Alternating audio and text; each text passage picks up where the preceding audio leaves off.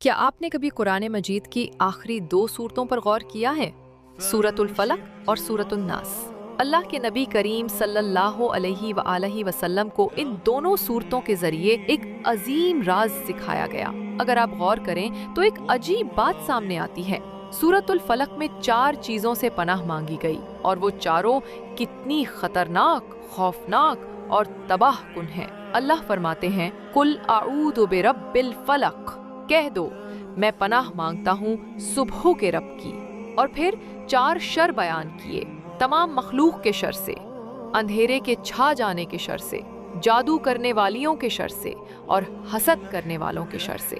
مگر غور کرو، اتنی بڑی بڑی چیزوں سے پناہ مانگی گئی اور صرف اللہ کی ایک صفت کا وسیلہ لیا گیا، رب الفلق، صبح کا رب۔ لیکن جب سورۃ الناس آتی ہے تو وہاں پناہ صرف ایک چیز سے مانگی گئی، مگر وہ ایک چیز اتنی خطرناک ہے کہ اس کے مقابلے میں سورۃ الفلق والی 4 چیزیں بھی ہلکی پڑ جاتی ہیں۔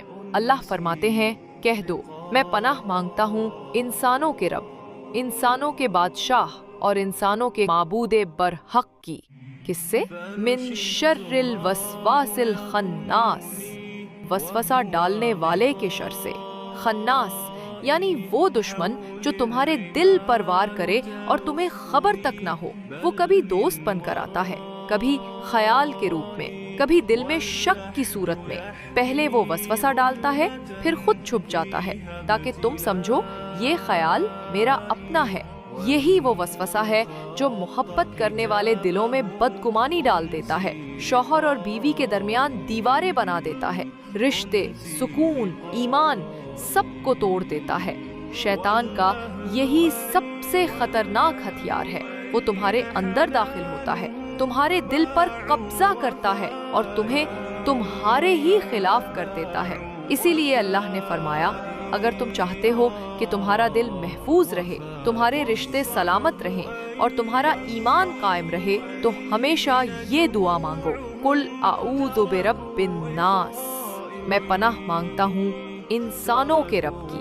ہر وقت، ہر لمحہ جب وسوسہ آئے، جب دل میں شک پیدا ہو، جب کوئی خیال تمہیں تنگ کرے تو فوراً پناہ مانگو، کیونکہ وسوسہ وہ آگ ہے جو محبتوں، نعمتوں اور ایمان سب کچھ جلا ڈالتی ہے۔